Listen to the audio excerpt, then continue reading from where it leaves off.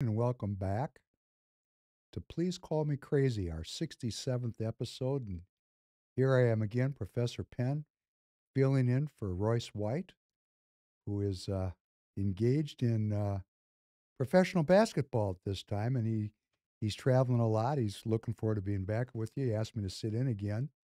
It's a great honor and privilege for me to do so. Royce will be playing in the Big Three Saturday, tomorrow morning. Oh, excuse me, tomorrow afternoon, early afternoon. And I urge you to tune in. I think he's going to be on CBS Sports, national television. If not, you can go to the Big Three website and get it. Uh, the play is fantastic. Royce brings his own political brand to each one of these games. The first game he put on his head, he tattooed on his head, anti war. Says a lot, doesn't it? Says a lot, anti war. You know, that's an anti war protest. That's an anti war protest. I got a young group of people watching me. Please consider getting into the streets and fighting for your survival. Because if we don't pressure these people, they're going to kill us. They do not care about you and me. We're going to talk about that, who these people are. They don't give, they don't care. They got their own agendas. They got their own agenda, these people. So here we go again, another episode. We have to thank Free People Radio. Truth Media. Free People Radio is part of the Truth Media. What is the Truth Media? Well, it's not the mainstream media. Truth Media is the group of companies and broadcasts that are searching for the truth. We're searching for it. I'm certainly not going to sit here as Professor Penn and say, oh, I know what the truth is. That would be rather presumptuous, don't you think? We're searching for the truth together as a community.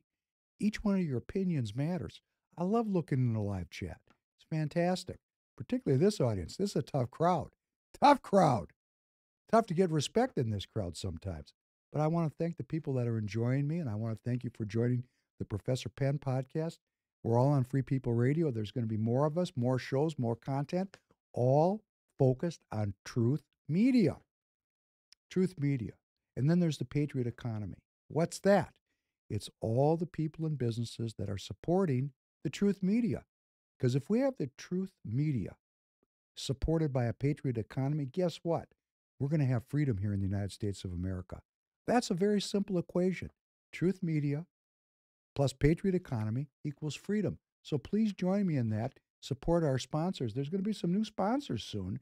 But our first sponsor, tireget.com, TIREGET.com, 14,000 different kinds of tires in stock for all your tire needs. I can tell you from my own personal experience, buying tires is a drag for most. It's a drag for me. I do not like having to buy tires. It's a bad day. Oh, I need a tire. Oh, I got a flat. Oh, I ruined a tire. Hey, it's no fun shopping for tires, and I don't understand anything about tires as a consumer, right? What do I know about it? So you call TireGet. They got great customer service. Everything you need to know, they're going to tell you about it. And when you buy the tires there, you're supporting the movement. It's a win-win.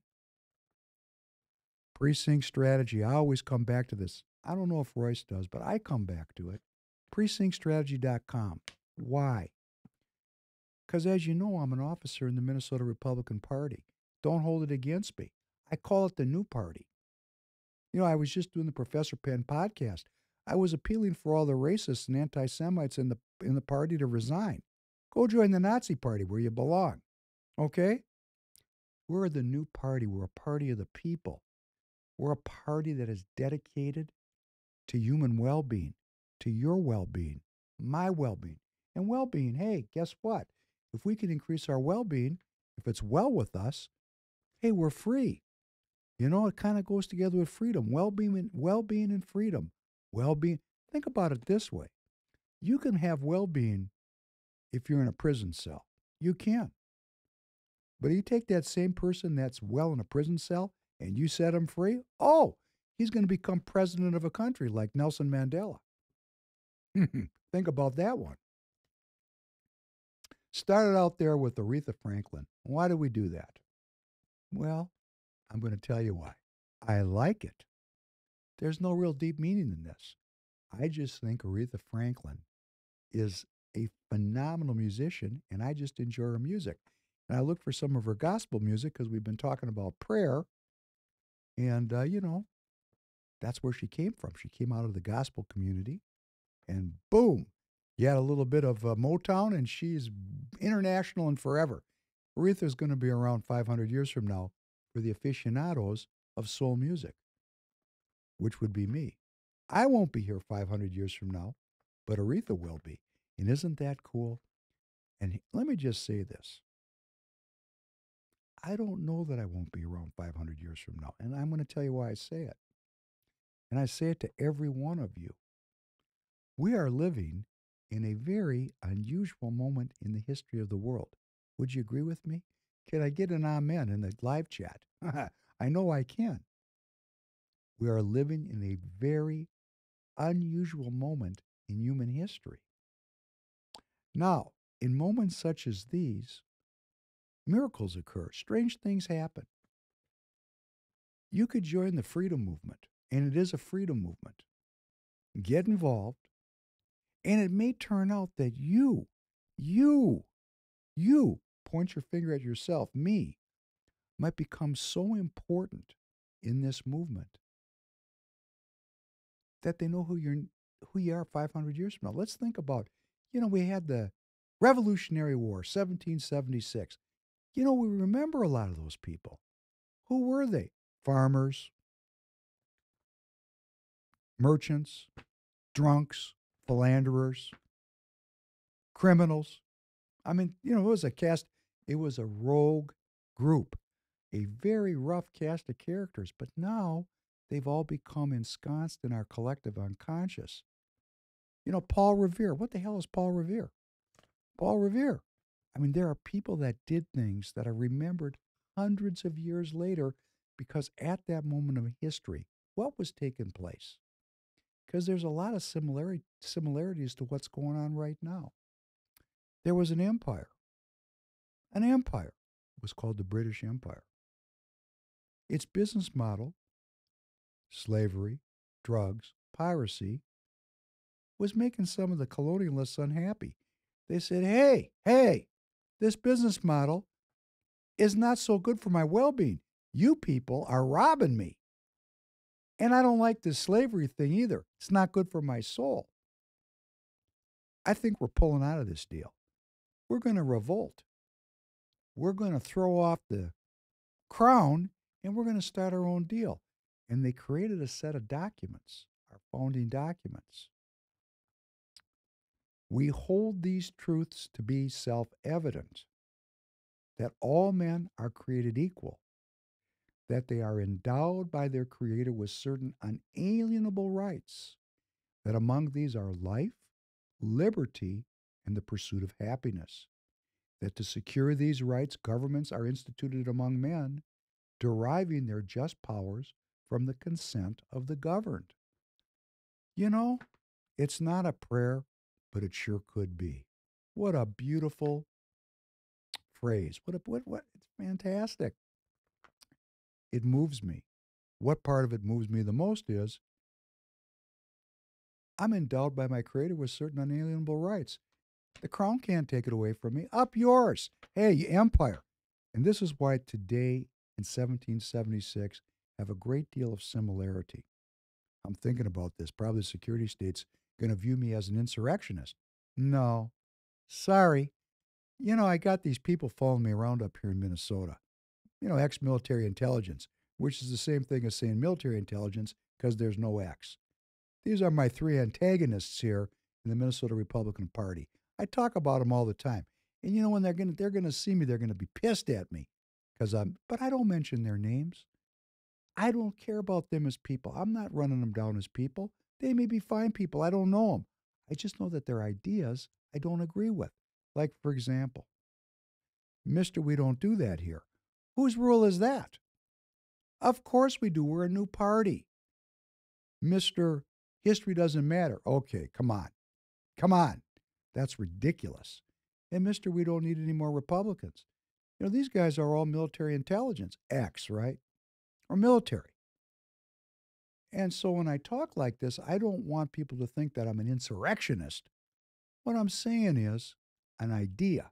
And here's the idea. And go with me on this. See if you agree with me. Either you're going to have limited government and strengthen the rights of the individual and have self governance and well being and freedom, or you're going to have an empire. And those dudes back in 1776 said, hey, we're out of this empire business. It's not working for us. We feel oppressed. Our rights are being abridged. Hey, up yours. And they broke off from the crown. They formed our deal. It's our thing. It's our thing. This is our thing. The United States of America. Well, isn't that a little bit like we got going on right now? Our rights are being abridged. Our well being sucks. Hey, we got evidence on that. I like saying it over and over because I'm, I and you, us, the American community, we're putting $1.5 trillion into healthcare, healthcare, which is really chronic disease maintenance. 60% of us, 60% of our family, the people we interact with, the people we love, 60% of us have a chronic disease condition which impacts their well being in a negative way. They're most often being treated by pharmacological agents. You might like this one. Here's a one liner, it's a short. There's birth and there's death. In between, there's a bunch of diagnostic codes and a bunch of revenue streams. We're inventory. That's where we're living. Slavery, drugs, and piracy. And we rejected it. And somehow we're going to talk about this day. These sons of bitches got back in the camp and took us over. And where did they do it? Oh, we're going to talk about it. We can thank our PhDs and our intellectuals for this because they like that European thing. I don't know why. I don't know why they like it. Maybe it's because they're on the payroll. I want to talk to my friend again who said, "What kind of professor am I in the live chat last time?" Yeah, guess what? It's a nom de guerre. The producers here said, "Hey, you know so much stuff and you're so educated. We're going to call you Professor Penn." I said, "I don't want to do that." They go, "Why?" I go, "Well, my father was actually a professor and I was raised to be a professor and I dropped out of the track and I told those people up yours because I'm not working for communists. So it's not really who I am." No, we're going to use it because you have a lot to say. That was the producer. Okay, Mr. Producer, what do I know about podcasting? I'm going to do it. If you want to package me as the professor, go ahead. But now that I've been in this for a while and I've realized people are looking up to these professors like I'm supposed to have some kind of credentialization to be relevant, hey, that's the problem. These people are the brainwashers of the society. I send my kids to college. Oh, my kids, because I'm educated. I went to a very good university, okay? The top. So I thought, okay, I'm going to do the same thing for my kids. And I had them all in religious school when they were young. All of them. I sent the first one, the second one. Oh, University of Chicago. Communist. I could go on. I got other little communists in there because I sent them off to these institutions and, they get educated.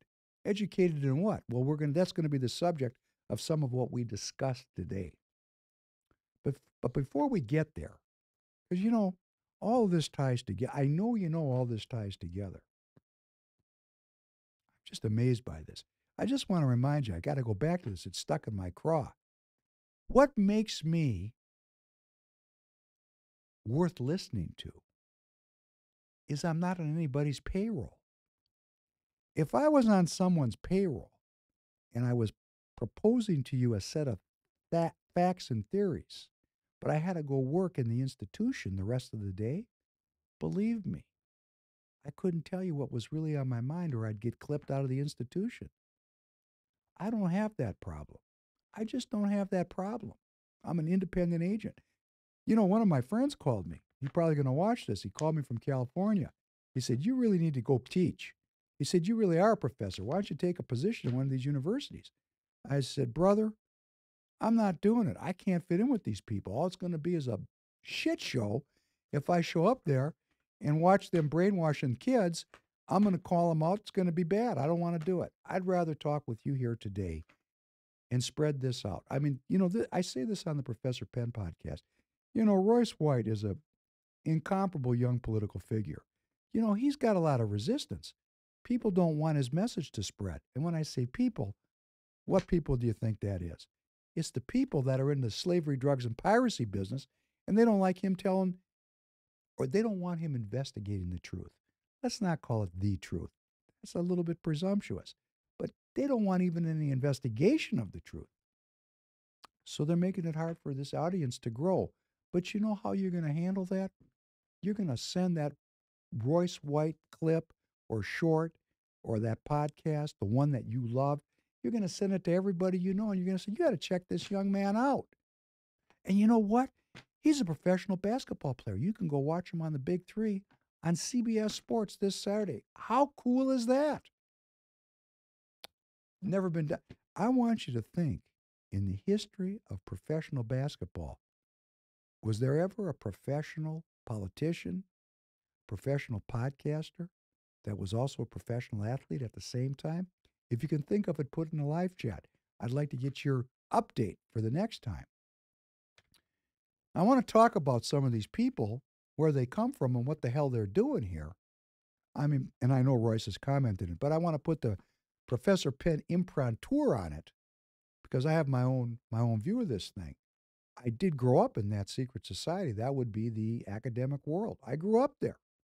I know what's driving these people. I was enculturated into it, not acculturated. Anthropologists talk about two different kinds of learning process. Enculturated, when you're born into something, or acculturated, when you come in from the outside and learn it. When it comes to this academic thing, I was enculturated into it. My father was a big banger. I was going to his lectures when I was 3 and 4 years old. I know these people. And you know what? Some of them are fucking terrifying. Just the way it is. You know, you take someone that's full of resentment and give them a job where they make just enough money to be on the payroll, keep them on a tight leash, and then you teach them to hate everybody because they have more than you. All they have is the power to tear shit apart. Hey, I'm not saying everybody's like that, but we got some very caustic figures, and I'm paying money to send my kids to have their brains turned into confetti by these people. This pisses me off, and it needs to piss all of us off. Because you know why it goes on? We let it go on. Do you know, just on a, I didn't even mean to go down this road, on a sidebar, the post-secondary school system in this country is a $1.1 trillion business. Business. Hey, all those administrators, some are making millions of dollars a year. All those teachers. You used to be a teacher, like when my dad was young, when I was a kid. My dad used to have to fill in potholes for the city to make ends meet because they paid him like, I don't know, 4 or 5,000 bucks a year to teach. They paid him nothing. You did it because you wanted to teach. That's what it was. Think about it. Here's a guy, PhD level guy, who's filling in potholes so his kids got food. That's the way this thing started out. Now these people make $100,000 a year to teach basket weaving with health care, with a pension. Then they only have to work 9 months out of the year. Hey, that's a hell of a good job if you're a lazy son of a bitch, isn't it? And a lot of these sons of bitches are lazy. They're lazy compared to me. That I know for a fact. I'm not saying there isn't great scholarship and that people don't work. They do. But there's some really insidious figures in here. And we can sort them out. Because guess what? They write down everything they think. That's what's great about academics. They can't help themselves. They want to let us know how fucking smart they are. So they write everything down. We don't have to make it up. There's no conspiracies. There's no conspiracy theories in the academy. They write everything down. All you and I have to do, is go read the stuff, which is the subject of my next clip, which is about watch what I do. I call it watch what I do. Watch what I do. Now, this is going to be related to two things, religion and Vladimir Putin. How do those two things go together? Hey, that's kind of a joke. I like that. Religion and Putin. Well, let me tell you, in that last podcast we talked about, and I can't remember because Royce has me filling in. I hope I talk about this on the Police Call Me Crazy. But, you know, they had that drama over there in the Ukraine, in Russia. The same to me. I'm from there. When my family was in the Ukraine, it wasn't, it was not a country. It was a region like the Midwest. It was part of Russia. So I got a little confused. When those mercenaries were heading up the road to Moscow, Vladimir Putin came on. He gave a very gripping speech, and he aligned the Russian Federation with 1,000 years of Christian history in the Russian Empire. And he invalidated the Bolshevik Revolution, which in effect invalidated communism, which, as we know, is godless. So there is something about Putin and religion that's very interesting. But when we get religious, when we wax religious, and we realize we have a Judeo Christian heritage, now I realize, and you realize, and we're going to talk about this today, these people want to destroy that. At the root of this thing is a very anti-Christ ideology. And I know there's people that are going to say in the live chat, Amen, because we know that it is. And it's not that we're making it up. They write it down. Julian Huxley was the founder or the codifier of a religion called humanism, which they tell us is not a religion. But actually, he said it was a religion. You can go look it up. Julian Huxley, whose brother Aldous Huxley wrote Brave New World, and both the Huxleys were very involved in the formation of the United Nations. Oh, kind of powerful people on the British payroll. They worked for the Crown's academic establishment, Oxford, Cambridge. Where all the vile shit comes from, in my opinion. Just my opinion. He wrote down, this Julian Huxley, that humanism was a religion and it was going to replace Christianity. He wrote it down. I don't have to get it's not a conspiracy theory. These academics write everything down. You just got to read it. So, you got a certain amount of time every day. That's discretionary. You can watch shorts on Instagram, or you can go read about the people that are trying to kill us. Because if you don't understand where they're coming from, there's no solution to the problem, save a miracle. But to enhance the likelihood of a miracle, I think it's incumbent upon us, the free people of America, individual self-governing citizens pursuing their own well-being. It's important for us to know who's on the other side of the football. We got to know what they think. We got to know what their plans are. And I know that's why you're watching Please Call Me Crazy. So I know you're into it. But please discover it for yourself. Because when you figure it out for yourself, you may become known 300 years from now because you may become motivated to get in the game. We have a tradition. Please let me have a drink here because we're going to start talking about serious things. People say all kinds of shit. They do.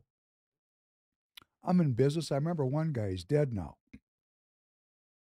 And the way I say it, I don't miss him that much.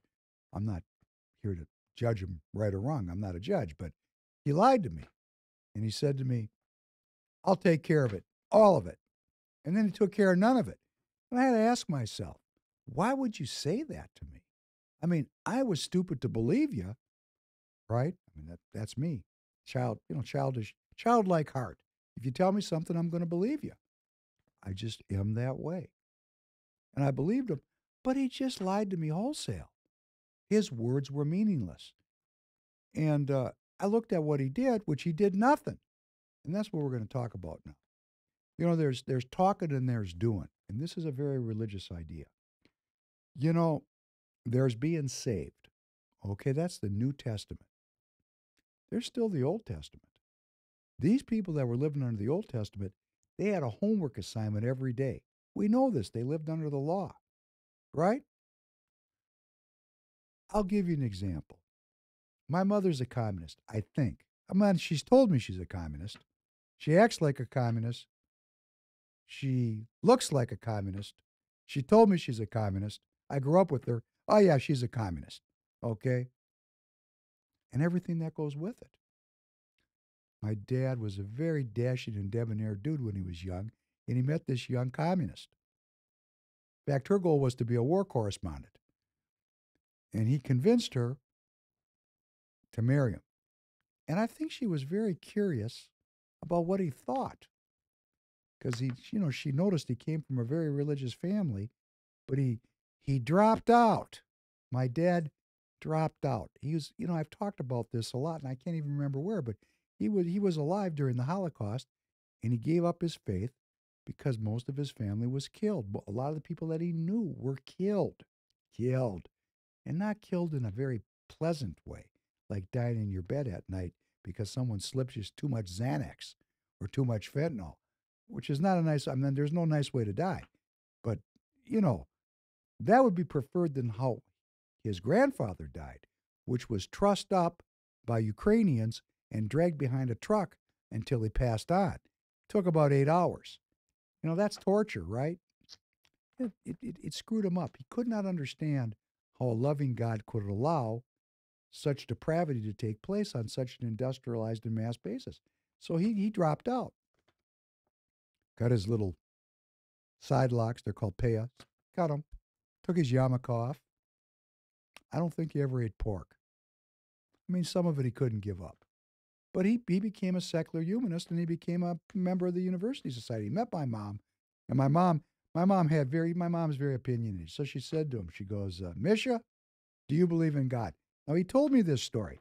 So, he either was bullshitting me or he was recounting the family history, and I have no reason to believe he was bullshitting me because he's a very honest man.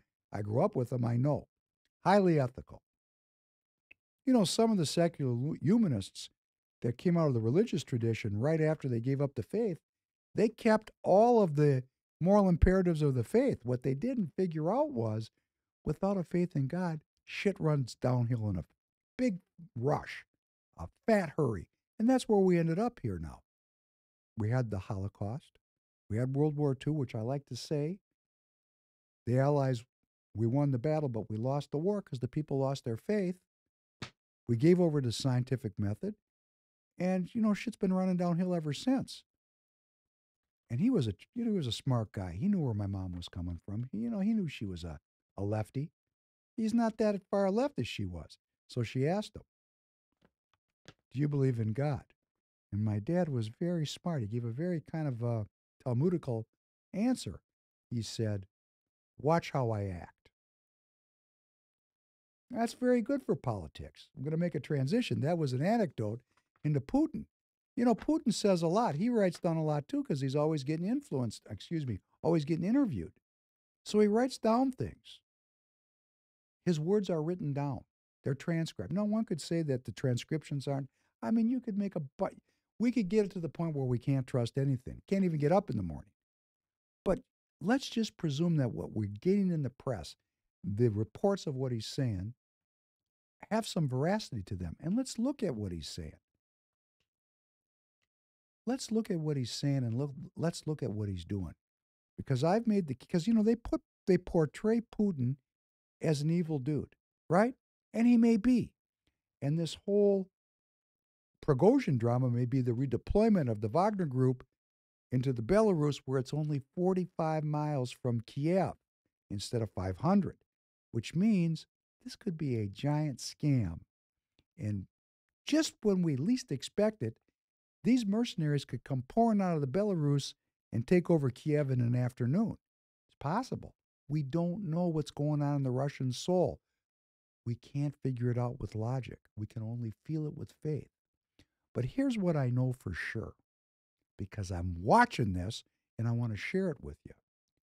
We, the people, are putting enormous amounts of resources into this war. We're allowing it because we're electing these clowns, right?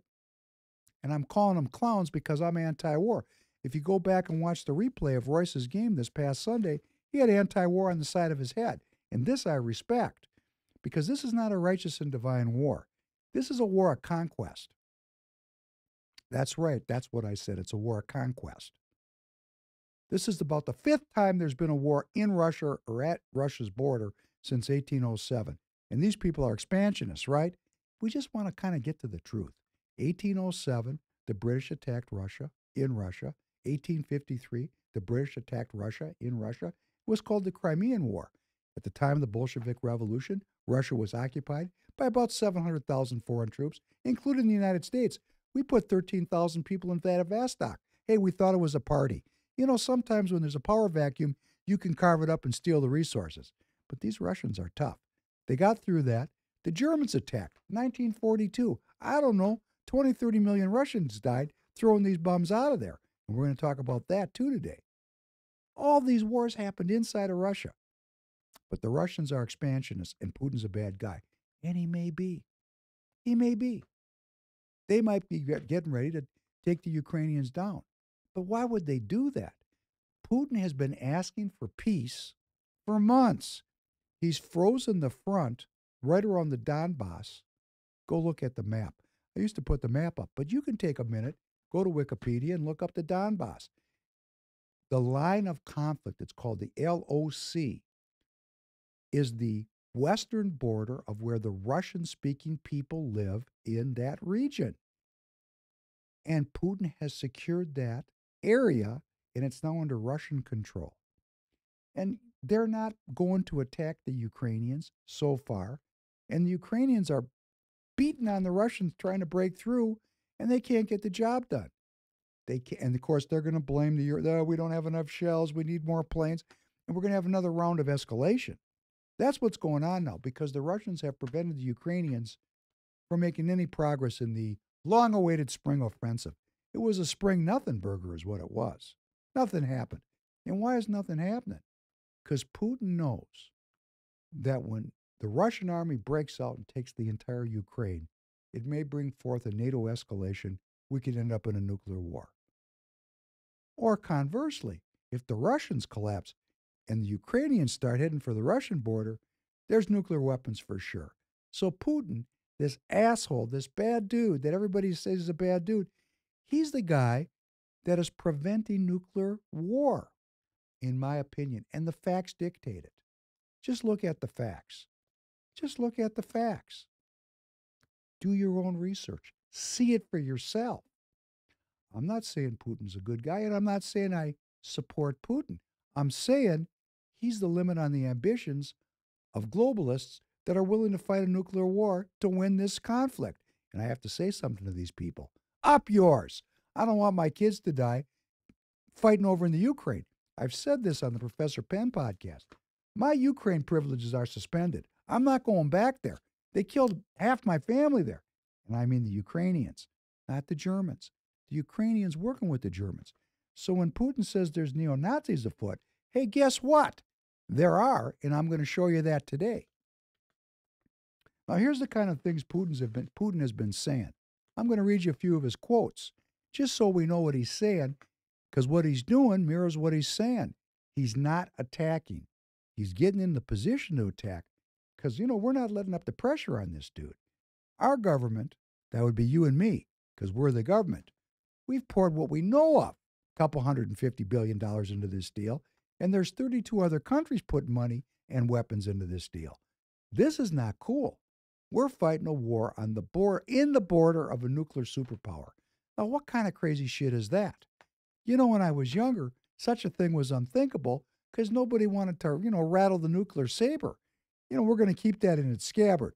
That's a little too serious. This thing could go out of control like that. We could be here today and gone tomorrow, like little bunny foo-foo, if any of you have kids and know that story. The goals and tasks of the special military operation are changing in accordance with the current situation. But of course, overall, we are not changing anything. Hey, he said it himself. Could be lying, but that's what he's telling us.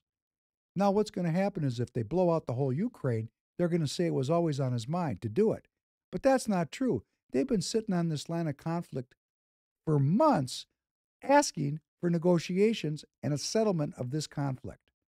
So if it continues, it's not Putin. That's just the facts. See it for yourself. Because we, the people, it's us. Our elected representatives, hey, guess what? It's us. Do you support this? Ask yourself this question. Do you support this war with Russia in the Ukraine? Number one. It's a yes or no, not a maybe. Get on the side of the football. Get yourself orientated. Who are you? Number two, if you believe that this war is just and you support the war, are you willing to die for this war? Ask yourself those two questions. Because if you're not personally willing to die, then you being on the side of the war, it's kind of tacky. because you could die. We could have a nuclear war over this. You could die sitting in your dining room in Erie, Pennsylvania. Okay? Nobody's immune from this son of a bitch, right? So either you're for the war or you're against the war. And if you're for the war and you're not willing to die for this thing, then you're really not for the war. Get your thinking clarified. I had to do it. You got to do it. It's very simple. I'm not willing to die for the Ukrainians. Sorry. And by the way, up yours. We are dealing with this conflict gradually and methodically. Remember I said they're kind of staying in the spot? The Ukrainian defense industry will soon cease to exist altogether. What do they produce? Ammunition is delivered, equipment is delivered, weapons are delivered, everything is delivered. You won't live long like that, you won't last. So the issue of demilitarization is raised in very practical terms. Hey, if we stop sending the money over there, this thing comes to an end like that. Isn't it worth it, anti war? If we look at irretrievable losses, clearly the defending side suffers fewer losses. But in our case, this is a ratio of 1 to 10.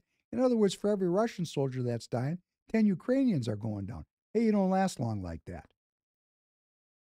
Unbelievable. If this continues, then we will apparently have to consider the issue, and I say this very carefully, in order to create some kind of buffer zone on the territory of Ukraine at such a distance from which it would be impossible to reach our territory. But this is a separate issue. I am not saying that we will start this tomorrow. We have to see how the situation develops. What he's saying is, hey, if you keep this up, I'm going to have to make this easier on myself. But I don't want to. It's us. It's we, the people, that are pushing this thing. Pick a side of the football. Make a decision and live with your decision. Do we need to go back to Kiev or not? Oh, it's Kiev now. Sorry. They changed the name. We often do that during a communist takeover. Mr. History doesn't matter. Do we need to go back to Kiev or not? Why am I asking this rhetorical question? Clearly, you do not have an answer to it. Only I, Putin, can answer that. But depending on our goals, we must decide on mobilization, and there is no need for that today. He's not even he's not even mobilizing for this. This guy's looking to make a settlement, okay? He's looking to make a settlement. Listen to this one. I think that being aware, and I say this with good reason, of the catastrophic losses, the Ukrainian leadership, whatever it may be, it has a head on its shoulders. In other words, whatever kind of assholes they are, they do have brains, right? They should think about what to do next. We will wait and see what the situation is like and take further steps based on this understanding. In other words, look around and realize you lost, and let's sit down and cut up the cake here. We'll make a deal. Here's a great one. The United States. Now listen, this is about you and me. This is about we the people. The United States is getting more and more involved in this conflict, almost directly involved, provoking serious international security crises. Correcting the movements of drones that are attacking our warships is a very serious risk. This is very serious, and they should know that we know about it. We will think about what to do with this in the future. In general, this is how it is. He's calling the United States out. Hey, come on now. You're fucking with us. Don't make us fuck back with you. We don't want to do it. Could you rethink it? Unbelievable. Do you know this is going on? There's a portal, as I was telling you, to your local congressional representative and your senator. Get on that portal and just say to them, I've thought about this and I'm anti-war. If you keep voting for these money donations to this war, I'm going to vote against you next time. If you want to keep your job in show business, knock it the fuck off. Or don't swear at them. They'll come pick you up. Be very, very kind. I'm just being theatrical, entertaining. You can't do that when you go on those websites. Be all business and realize that, if you color outside the lines there, you're in trouble. Listen to this one. We have never refused, and I said this 1,000 times. This is Putin talking. To participate in any talks that may lead to peace Ultimately, it is about the United States interests. That'd be you and me, we the people. Huh? Wait a second. Something's not right here. This war doesn't reflect my interests. Does it reflect your interests? I thought we were the government. I thought we were self governing. Who are these people running this deal? Ultimately, it is about the United States' interests. We know that they have the key to solving issues.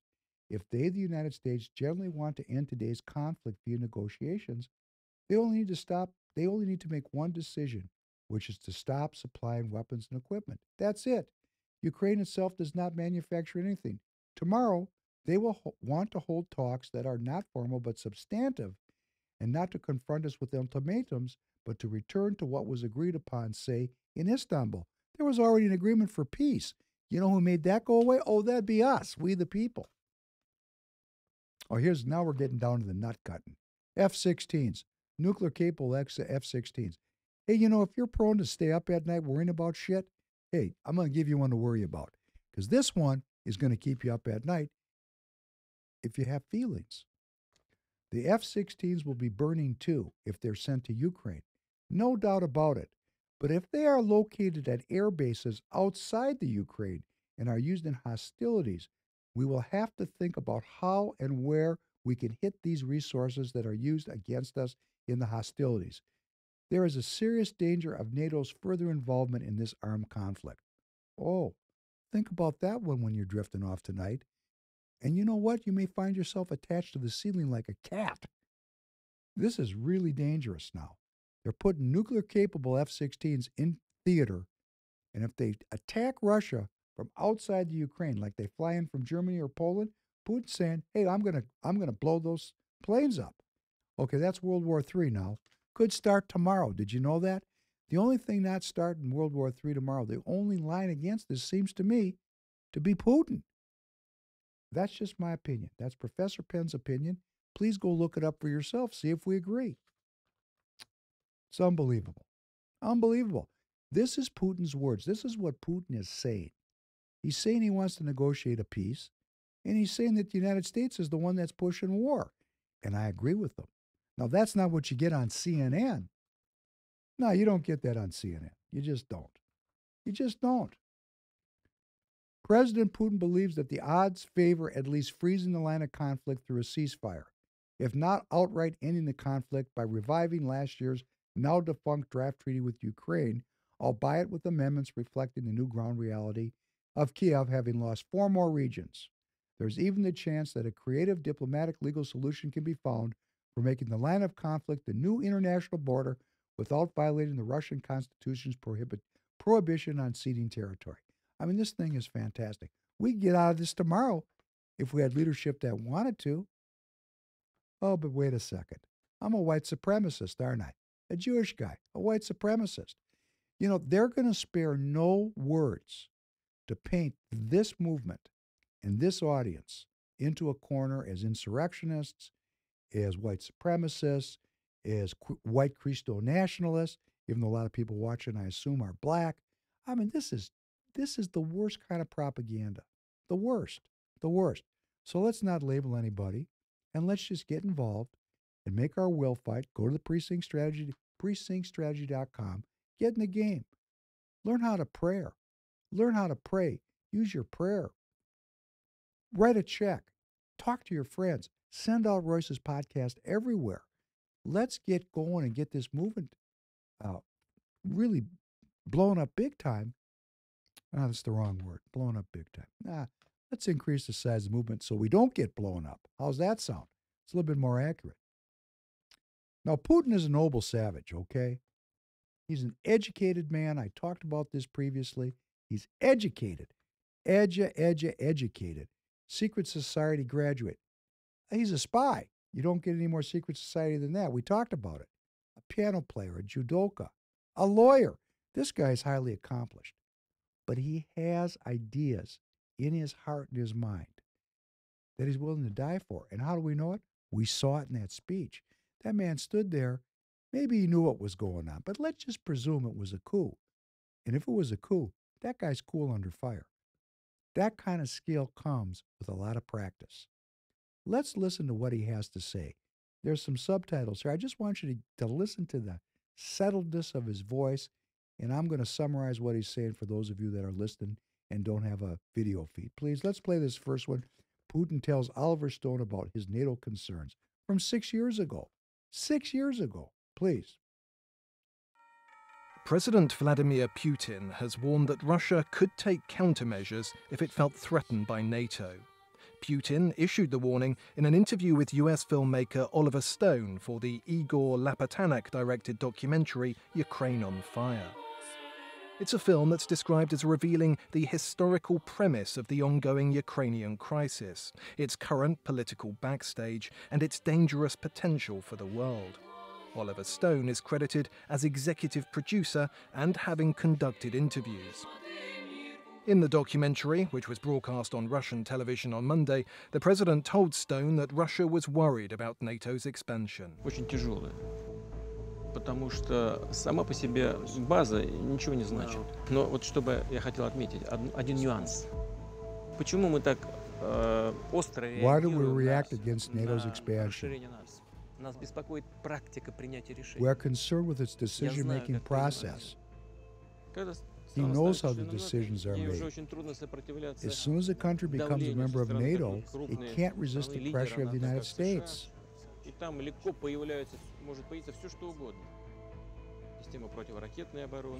soon as they join NATO, it gets all kinds of military equipment. Here it comes off a plane. What does Russia do? We need to take countermeasures.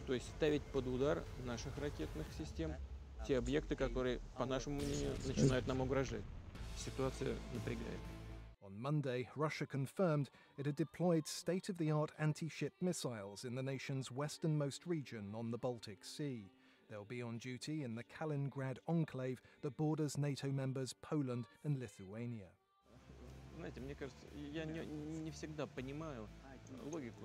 He doesn't understand the logic of his partners. He says it looks like they need to keep an external enemy on a leash to establish discipline in their own ranks.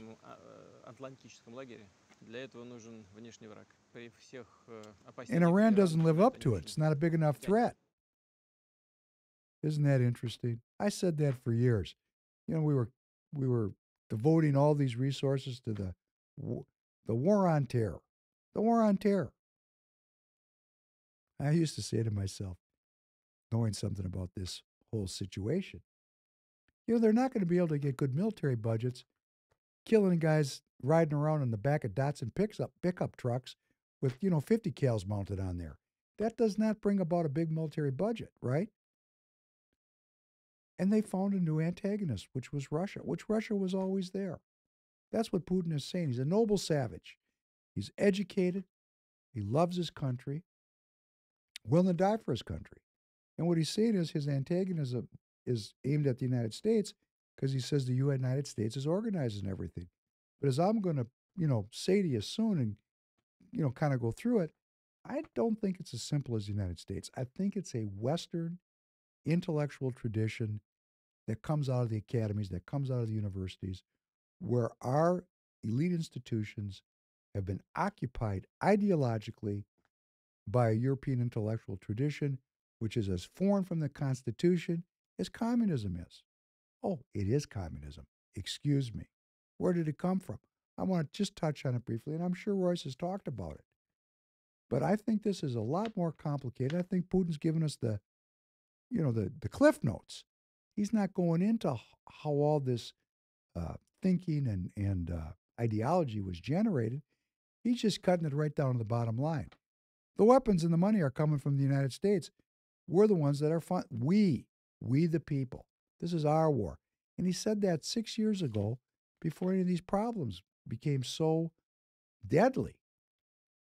Let's listen to this thing, Reagan and on being broke. This is fantastic, too. I'm sure he knows the story of Ronald Reagan, one of the most admired presidents by conservatives in my country. He was famous for sticking to his schedule, which required him on most nights to come home in the White House by 6 o'clock and have an early supper and watch TV with his wife. Счастливый человек. He's a happy очень man. организованный, и это, безусловно, было его большим преимуществом. Being happy was a great That is my achievement. point, is that he was a smiley man. He was a great greeter and meeter. He was very happy eating jelly beans and telling a good joke. Reagan was a big believer in delegating authority to everyone around him. I'm just trying to make that example because it's another way of living. Нужно две задачи решить. Найти правильных людей. Two issues. You got to find the right people. You have to delegate authority to them. Ну, может быть. Я, тем не менее, это понимаю и стараюсь сделать именно так. Только у нас разница большая. Рейган все-таки возглавлял Соединенные Штаты. But there's a big difference between Putin and Reagan and Russia and the Какие бы United ни были States. сложности и проблемы, все-таки они были несопоставимы с Can't compare the сложностями и difficulties. проблемами, которые переживала Россия в конце 99-го, в 2000 году. Well, Reagan would disagree. He would say the country America was broke and that it needed to be fixed, and it was morning in America again, and it was his job to bring in positive energy to America. And he did a pretty good job of making that feeling. It's a feeling, it's an illusion. Но быть на грани банкротства и быть банкротом – это Almost разные being broke вещи. and actually being broke are two entirely different things. That's fantastic, isn't it? Actually being broke and almost being broke, and I agree with that. That's a big difference. It's the access to credit or no credit. That's what it is. And the Russians were broke, okay? And why they brought up Reagan, for those of you who are not historically steeped in this history, Reagan was elected in 1980 at the height of the Cold War. Well, it wasn't really the height of the Cold War. The height of the Cold War was 62, the Cuban Missile Crisis. And after that missile crisis, everybody, that was kind of a sobering moment. Like, oh, we actually could kill ourselves here. Maybe we should start to talk and cooperate a little bit. So gradually and slowly, there was some communications. And there was something that came out of the Democrat Party, which was called détente. And when I say the Democrat Party, I mean the Uni Party. Let's just call it for what it is. Because we have a very small group of real Republicans. We got a lot of Republicans that are really Democrats. Maybe some of them were set over here just to fuck up the party. I don't know. But they're Democrats, okay? They're globalists, and they're all down with the whole thing. They're Democrat. I mean, that's just what they are. I know they're listening. You're a Democrat. Why don't you go over there and hang out with them? They're your people. The Uni Party, came up with this idea that we're going to have a perpetual conflict with the Soviets. Perpetual. It's going to keep the money flowing. We need lots of weapons because, shit could break out at any time. However, not really.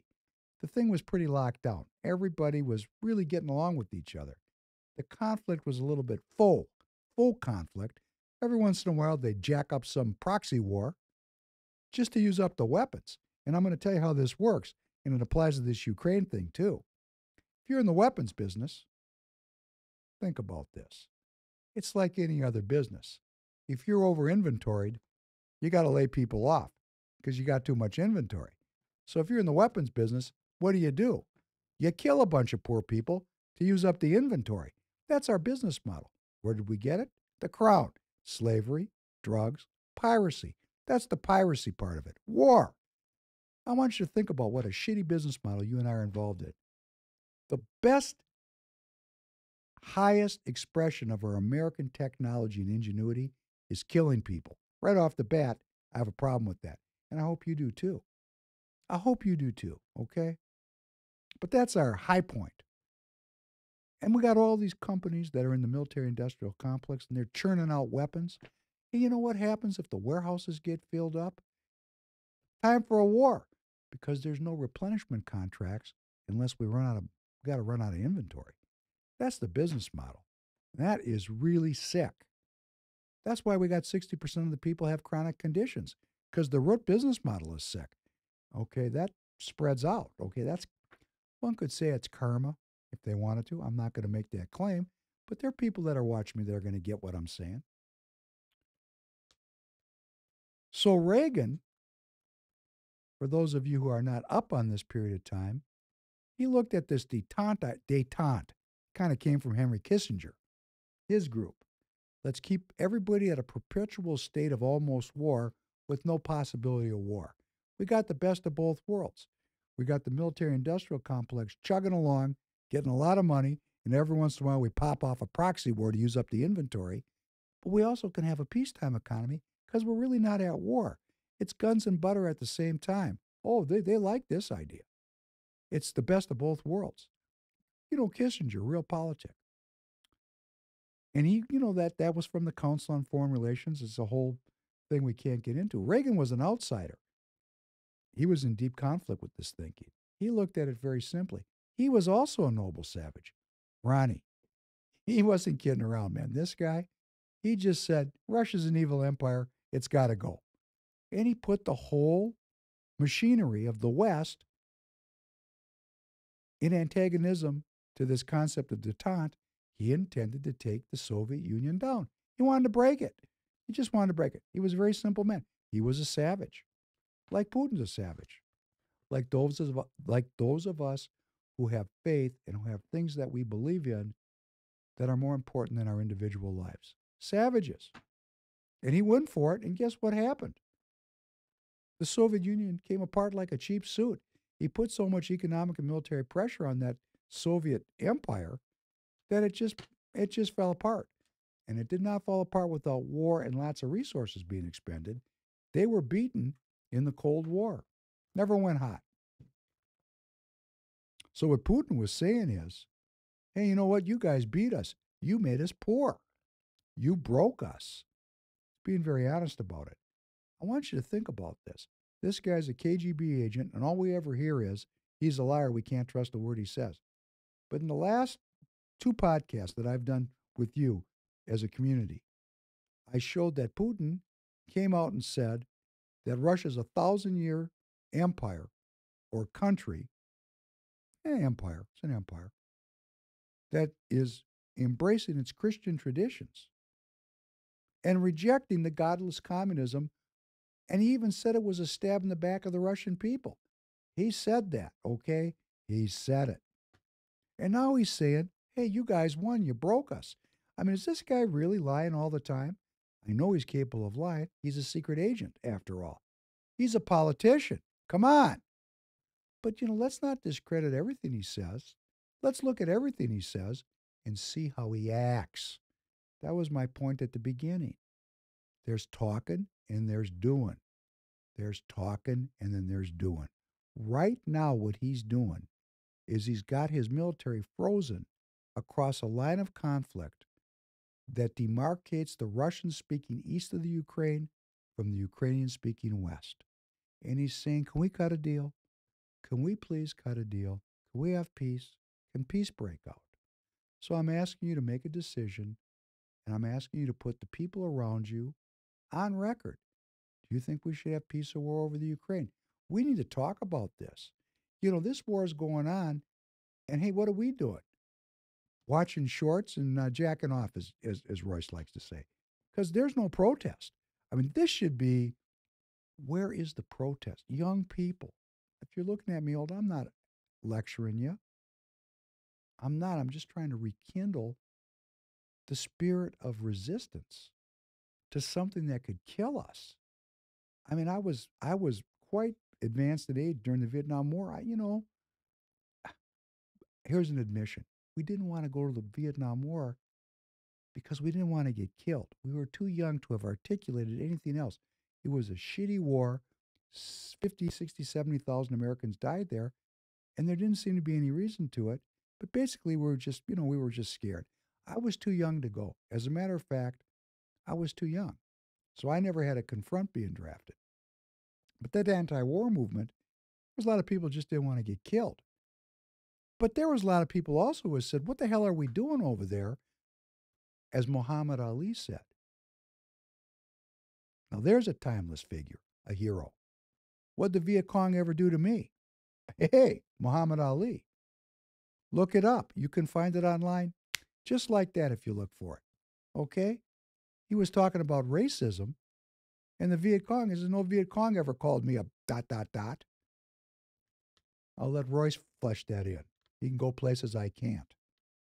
Okay. I want to play one more little piece about these savages. Play this piece, Putin's Demise in Ukraine, with Lindsey Graham, because this is one of our guys. If you're in South Carolina, this is your senator. Take a close look. He would appreciate a letter from you. Let him know how you think, please. Nice to meet you. How are you, sir? We have, I think, the whole meeting. Thank you very much. Thanks, United States people of the United States for all big support. President Biden, bipartisan support, Congress, and really we thank you so much. Free or die. Free or die. Now you are free. Yes. And we will be. And the Russians are dying. It's the best money we've ever spent. Thank you so much. No, it's, you know, we're on four, let's see, it makes life possible. Yes, more than 1,000 or so of thousands we fight. And every episode is how to fight against, how to defend our people. Of our better selves in America. That there was a time in America that we were. So you're very welcome. Yes, we has. Turn this guy off. Can't take it. Lindsey Graham, I've been following his career for years. There's never been a war Lindsey Graham didn't support. There's never been a war Lindsey Graham wouldn't tell. We could do 10 podcasts on Lindsey Graham. This guy is what you would call a target-rich environment. This guy sucks. Sorry, Lindsey Graham. Sorry. I'm not going to make it personal. It's your ideas. I don't know the guy personally. Might be a great guy. I don't know. His ideas suck. His ideas suck. And listen to what he said. This is the best money we've ever spent killing Russians. How do you think that plays on the other side of the football? When you see a prominent U.S. senator show up in Kyiv, sit down with Zelensky, who was, if you don't know, that's the president of the Ukraine, who, by the way, just suspended elections until the end of the war. So when they say they're fighting for democracy, that's their big thing. They're fighting for democracy. No, they're not. They're fighting for autocracy. That's you and me. We're putting our money into propping up a dictator. And where did he get his basis from? Oh, that'd be us. We created a dictator. We're paying to keep him in power. Hey, we're using up a lot of inventory. A lot of inventory is getting used up. A lot of bombs are getting dropped. This is good for business. Hey, it's our business. Our business is killing people. Great. Hey, how do you feel about that, American people, my fellow citizens, the people I love, my community? How do you feel about the fact that we are participating in a business model that requires people to die? That's a really interesting business model, isn't it? Shortening their lives so some people can make some money. You know what? Up yours. That's bullshit. We don't need that. We can change that. And did you listen to Zelensky? Well, thank you for the bipartisan support. Thank you for your bipartisanship. Bipartisan, our government's supposed to be bipartisan. No, up yours again. That's the uni party. These people all agree on this. And that is terrifying. That's terrifying. That's why we're doing politics together. Because if we don't get involved in this and we don't put our shoulder to the mainmast in any way that we can, being in the political, praying, writing checks, talking to your friend, whatever it is, talking to your friends and relatives, whatever you do, if you don't do it and the air raid sirens go off, you're going to have this moment. And you know what that's going to moment? That's not a fun moment. Here goes the air raid sirens. And you know what's going to be in your mind? Oh, my children are going to die. I wish I'd done more. Professor Penn's not going to have that problem, see, because I'm doing everything I can. And I'm urging you to do it in any way that's right for you. I'm not judging about how you do it. I'm not telling you what to do. I'm saying use your human agency, your will, to fight for freedom and to fight for well-being. Because if we don't, when those air raid sirens go off, in your mind, oh, I wish I would have done more. And about 30 seconds later, you're going to be dead. That's the last thing you might think. Why go through that? I mean, I feel shitty inside just saying it. I mean, really, I have kids. I have faith in God. I love this country. I love the ideas that underlie, not what the country, everything it did. This country's been off the rails. This country's been off the rails more than it's been on the rails. But we can change that. We can make a new party and have a new set of values. Why would we preclude miracles that God could change our hearts and we make a beautiful country together. Let's think about that one as a possibility. Open up that. But let's just get a clear look at what we're doing here, who we're fighting, what the hell's going on. Because if you don't understand the problem, hey, you got no chance of solving it, right? Can I get an amen on that one? I'm only doing this amen thing today because we started out with Aretha Franklin doing gospel. So I'm in that kind of gospel mood. I like that. It really suits me. I hope it suits you too, right? Play this piece about the German soldier. I want you to listen. We might listen to this 2 times because, boy, we're going to learn a lot from this guy. Go ahead, fire this guy up. Start down road here. We start at 146. On June the 30th, 1934, when Röhm was on holiday in Bavaria, he was arrested and taken to a nearby prison. 2 days later, he was shot. The armed forces were grateful, glad to see Röhm dead and the power of the stormtroopers moderated. To show their gratitude, they volunteered to swear an oath of allegiance to Hitler personally. The man who now, on President Hindenburg's death, was not just Germany's chancellor, but also her head of state. Ich schwöre bei Gott,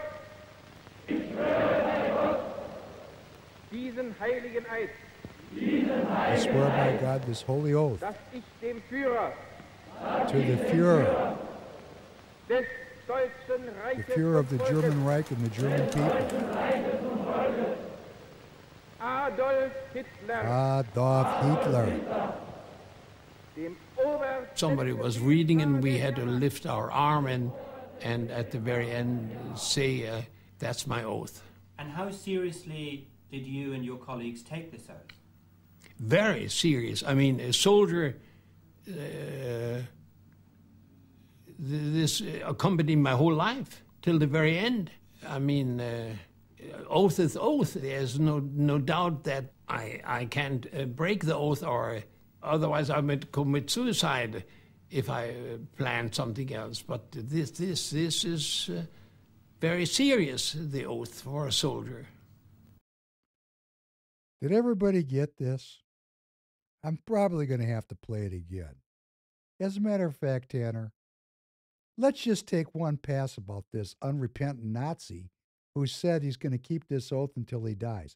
Please, we got to understand, because this guy didn't die that long ago and he has children who probably also took the oath. Can you just put it up one more time? I really want to get across who these people are.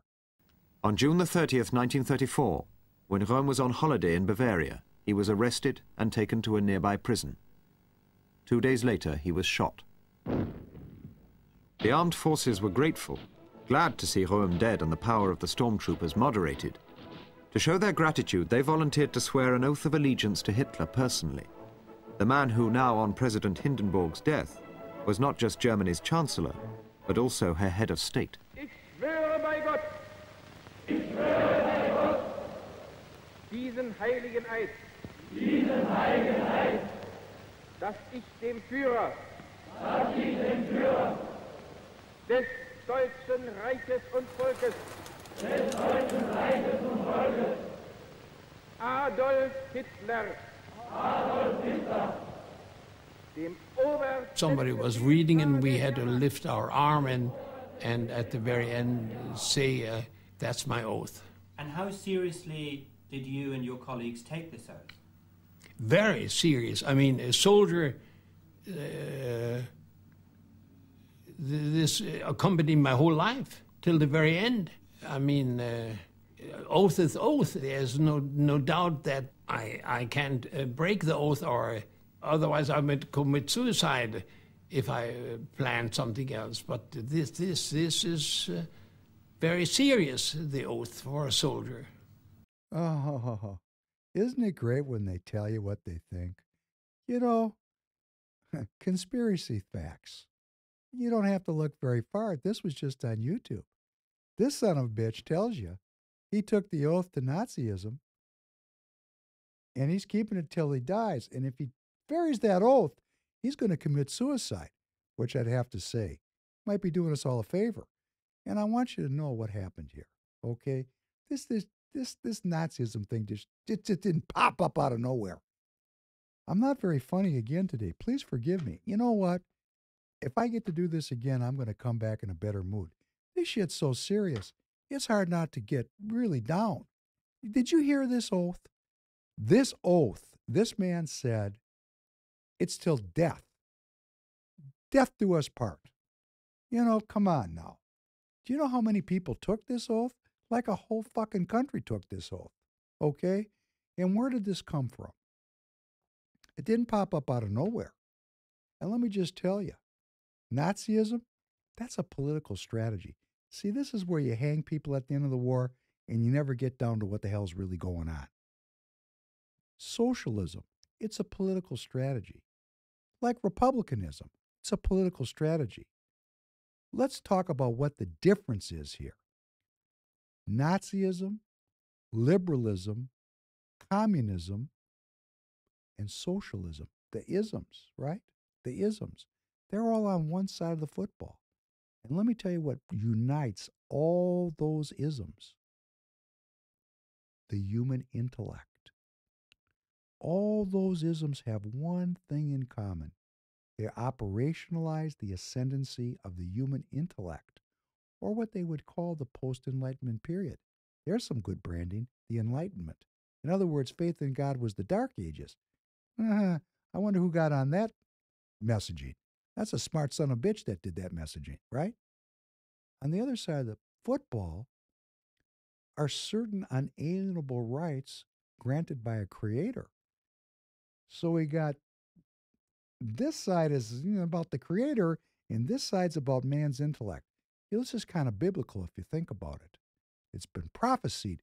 Somehow people wrote it down thousands of years ago, and it's coming true. Don't ask me why. I don't know why. Well, you could ask me, but I'm not willing to talk about it today. Maybe tomorrow if Royce has me come back again.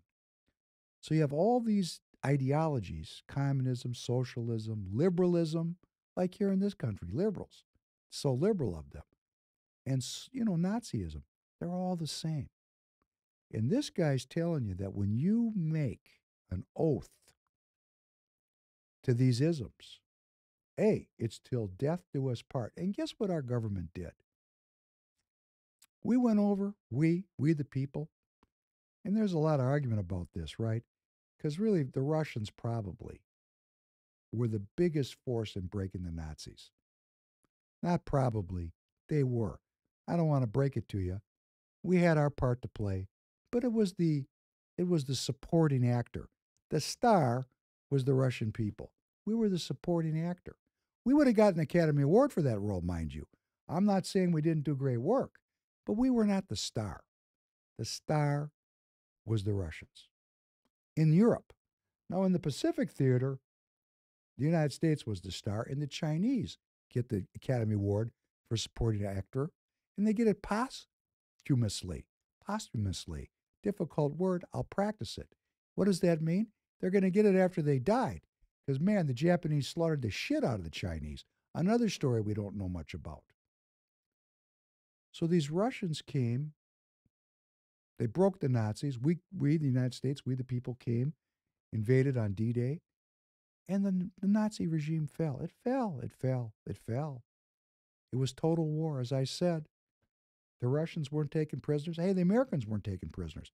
They weren't taking prisoners. Oh, they took a few. That was a show and tell story. Really, they killed everybody, right? And there's a lot of evidence for this. You don't have to take my word for it. Just go look around. Were there prisoner of war camps? Yes, there were. Why don't you go look up how many Germans that were captured by the Russians? Go look at how many Nazi soldiers, German soldiers, captured by the Russians, interned in Russia, actually returned to Germany after the war. Look it up. It'll make you think, oh, I'm glad I was not a prisoner of war in Russia, because your chance of surviving was very, very small. But these guys took an oath. They took an oath. And they took an oath to the power of the human intellect, to eugenics. Who were these people? Well, there's an intellectual tradition that preceded Nazism. The Nazis actually liked the tradition, okay? Where'd the tradition come from? Oh, that'd be England, okay? England. Somebody whose name you know. I bet most of you know where I'm heading with this. And if you don't, please let me inform you. His name is Charles Darwin. Do we all know the origin of the species, the theory of evolution? Oh, that was a major break. And that was a change in the force. Because before Darwin, right, people knew that there was a competition to survive. They knew that there was a struggle to survive. They knew that there was something going on with the species, but it was Darwin who codified it on the payroll of the crown. And what did he say? He said that there's a struggle to survive and there's evolution. Oh, good for him. No God in that program. No God. It was a godless program. Oh, coming out of England. Who were these people? And he had a cousin, Spencer, who turned biological Darwinism into social Darwinism.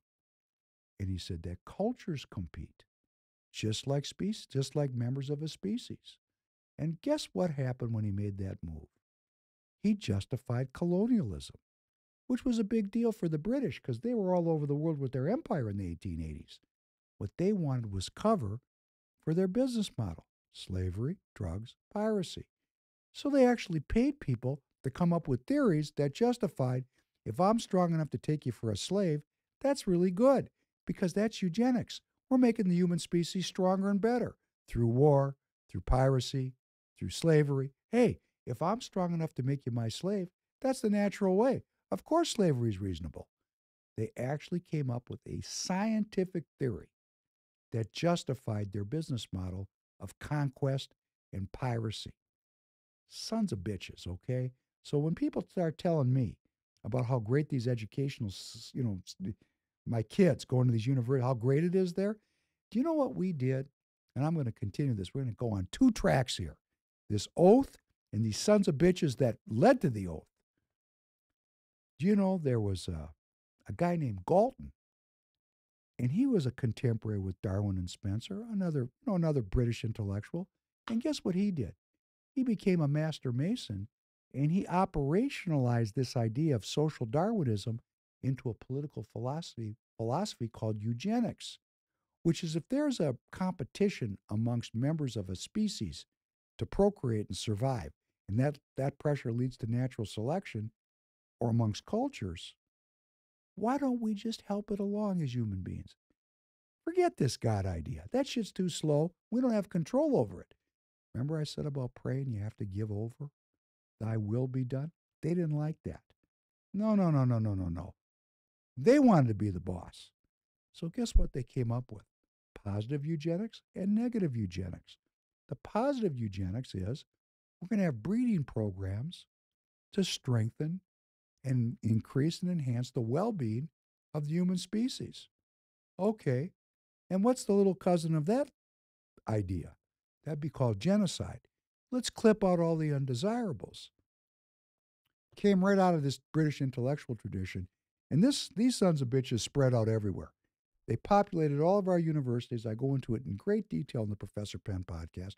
We need to understand how this happened to us. This was done to us by very smart people. They think you and I are stupid. No, I want to say this. I am simple. I am. I'm not stupid.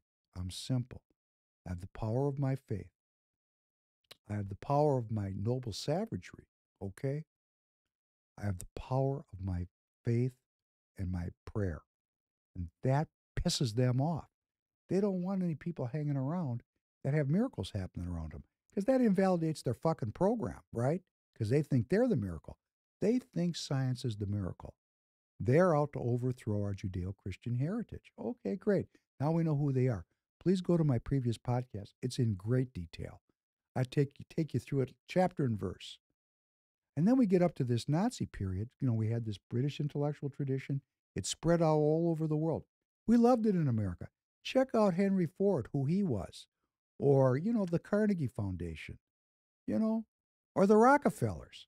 These people were really into eugenics in a big way. They funded the Nazis. Oh, that's a podcast.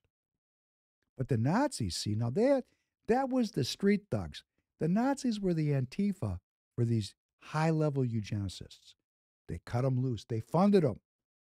And they came up with the program, and they had people take an oath. And you know what? They fucked with the Soviets, and the Soviets said, up yours. We're not going to bend to you. They beat them. And I'll tell you how bad they beat them. And I said this last time.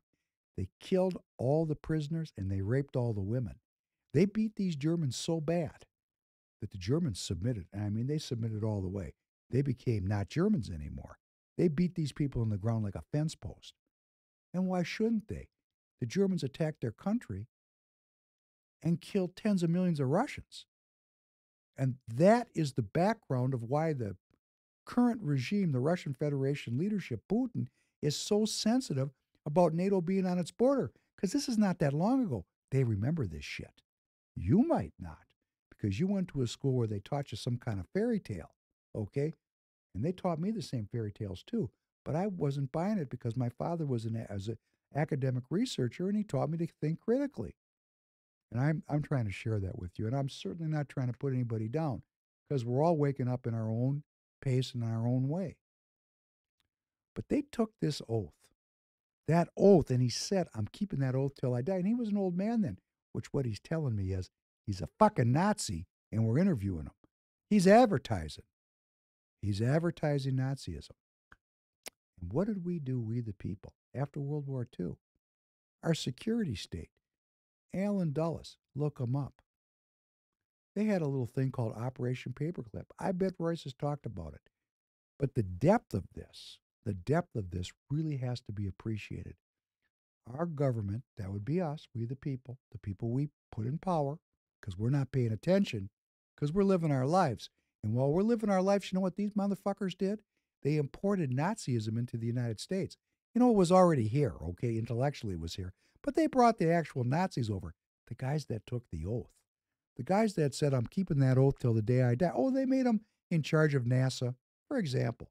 Rocketry, just for, they went into all of our universities, all of our elite academic institutions, and they kept that oath. And we did that knowledgeably. We, the people, brought this ideology of genocide and white supremacy. We brought it into our country. And we wonder why things are all screwed up. Because these people are going about destroying the United States of America. They're destroying it very systematically. They hate you. They hate your freedom. And more than anything else, they hate the fact that you believe in God. They think you're stupid. They just do. That's who they are. That guy, if he was an academic, they would have stuck him at Columbia University. And guess what he would have done for the last 30 years of his life? Taught students, brought them into his worldview because, of course, he's got the oath. So he's going to spread that ideology. And those 30 students had, amongst them, let's see, they had 900 students. And then the 900 had more. And guess what? Now we have what we got. Now we have what we did it to ourselves. We have to clarify this at the level of thought. We have to get back to an essential American domestic policy and an essential American foreign policy that's based on your well-being. I want every policy that the new party proposes and works for to make your life more well. Would you like that? Could you join me in that? Please, because when we realize that we have the power as the American people to create well-being for each other and push these racist eugenicist assholes to the side, we're not going to get rid of them, mind you. I'm not advocating killing them. We just got to disempower them. They have the positions of power because we're not participating. There's so many hundreds of millions more of us than there is of them. All we've got to do is get active. So I appeal to you. I thank Royce very sincerely for giving me a chance to talk to you. You're just an incredibly interesting audience. I really appreciate. And those of you that have come over to the Professor Penn podcast, thank you. But I want to really appeal to you. There's a lot of people listening. Find a way to get involved. Many of you are doing it. Get involved. Help the new party take form. Help the new party develop its policy. See that its leaders get elected like Royce. And let's change this business model so that for our children and our grandchildren, it'll be well with us. I want to thank you for joining. Look forward to seeing you again. I wish you a great weekend. Remember, Royce is on television tomorrow on CBS playing in the Big Three. And we're going to go out with another musical interlude. You know, this musical part, I really like this musical part. We're just going to go out with a song, Rod Stewart, Forever Young. And the reason we're going to play this song is it's a prayer. It's a father praying for the well-being of his son. And it's just beautiful. Now, it's hokey. The images are hokey. It's an old song. But listen to the purity of the music and the purity of his voice and the vibration it brings forth. This is a prayer of a father hoping the best and claiming the best for his son. It's beautiful. Thank you very much for joining, and I look forward to seeing you soon again.